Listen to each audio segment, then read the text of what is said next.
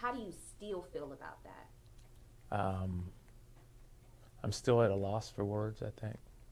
Um, you know, I understand gangs, gang violence, and growing up in a community where where that is a part of the community. But there were some things that in the past were just off limits.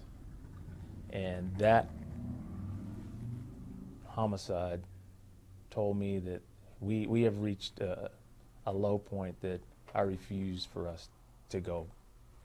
And I felt it was important to reach out to this community and tell them that's not going to be tolerated.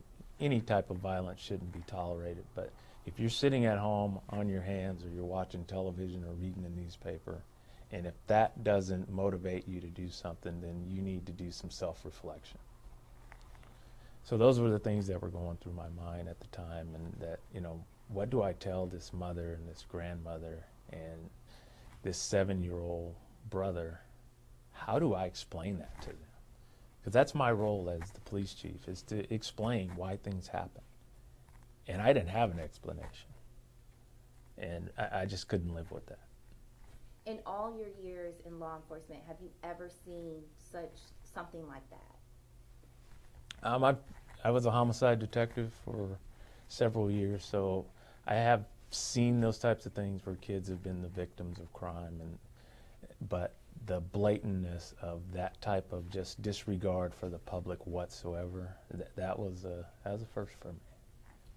That murder was the catalyst, and I've spoken with your officer, that murder was the catalyst for this 10-month investigation in the gang sweep that you just did last Tuesday. Is that going to be the norm in how BPD handles gangs and gang violence? Well, you have to understand, when you're dealing with any type of crime or criminals, but specifically gangs, when you arrest one, you educate 10. So when you talk about technology and techniques and those types of things, we are always behind the curve. So every time we arrest somebody, they change the way they operate, and it takes us time to catch up.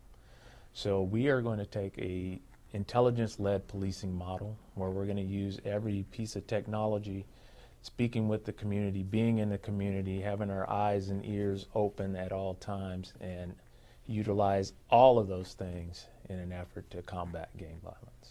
This interagency sweep, do you feel like you were sending a message? Because I watched your press conference, I wasn't there, but I saw when you said, you know, what better way to send a message than to stand on your block, you know, stand on the West Side Crips, their territory. Mm-hmm.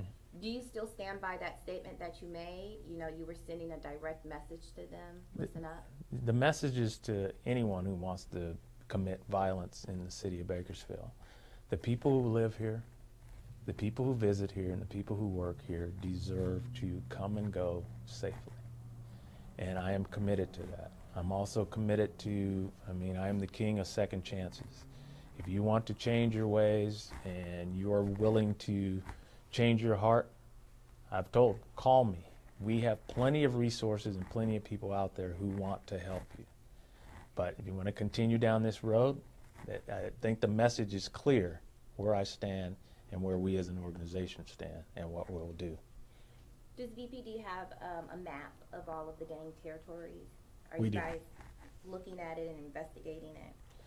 We're constantly looking at investigating gang territories, gang trends.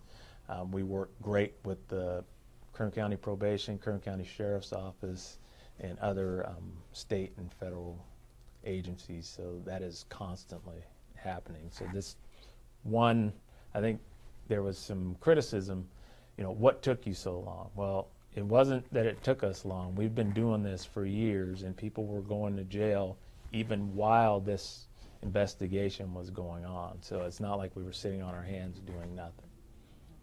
People were going to jail that may have been tied to the Guyton murder? No, they were tied to gangs and gang violence. Okay.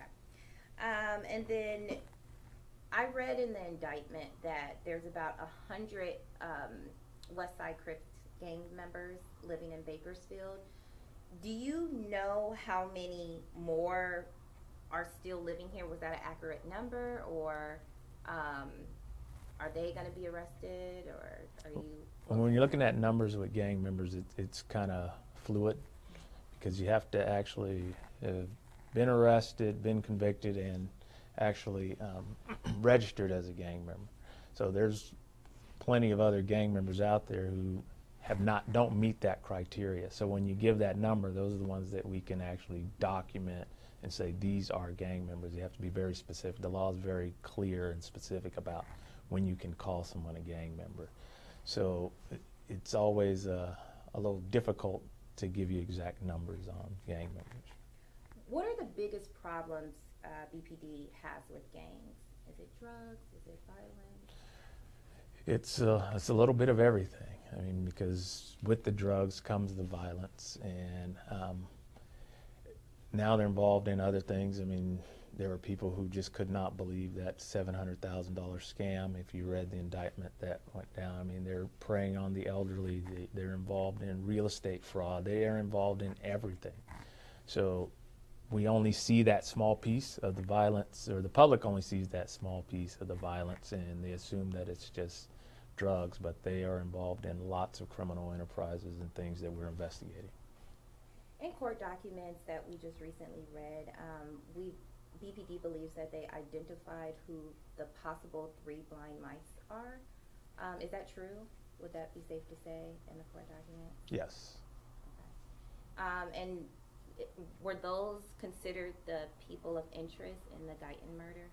Yes. And this investigation was launched because of Guyton, correct? Yes and no. The idea was there. I already had the idea of how we were going to move forward and partner, but the Guyton murder actually got some other folks motivated, so it made it a little easier for me to reach out to other resources and get the ball rolling. Now, the 3 men that were arrested, Knight, King, and Billings, they weren't charged for Guyton's murder, so yet, or maybe possibly. So I want to know what's the timeline of them being officially charged, or will they be officially charged? The investigators are working on that. They're working with the DA's office. I don't know how many interviews I've done, but I'm very specific about what information they share with me because I don't want to give away any investigative techniques. So I'm not briefed up on that because if somebody asks me, I'll answer it like I just answered your question. So I'm not sure, and that's by design. I don't want to know that. I want to know, hey, we have a warrant and we're ready to go, and that's when I'm brought in and briefed up on that. So I'm not briefed completely on the investigation. Okay. One of the main key people in the indictment that I read was Augustus A.J. Crawford, the man that was killed in the officer-involved shooting. Do you know when the autopsy report will be ready on A.J.? I'm specifically don't have any information on that because of the officer who was involved in the shooting. So I had to recuse myself from that. So I don't know anything about that investigation whatsoever. Okay. And you cannot answer any questions regarding that? That's correct. Okay. What else would you like the community to know about what you're doing and what your team is doing in 2018? 2018, we are committed to working with our youth. We are committed to providing quality service and treating people with dignity and respect. And we're committed to keeping people safe within our community to the best of our abilities. Anything else you want the community to know? Happy holidays. Hopefully some folks in the west side kids can go out and ride their bicycles, and parents and grandparents can feel a little safer during this holiday season. One more question before we go. I just thought about it. Why was the focus so much on West Side Crips instead of, because there's East Side, right, too? And That's other correct. Gangs here. Why was the focus just on West Side? The location of the Guyton murder, our suspicions about who was involved with that. So I guess another message to the community is they were first, they weren't last. Do you feel like my switching just so that he's still looking the same way? Sure. You can just stop the live stream when you get a chance. Oh, okay.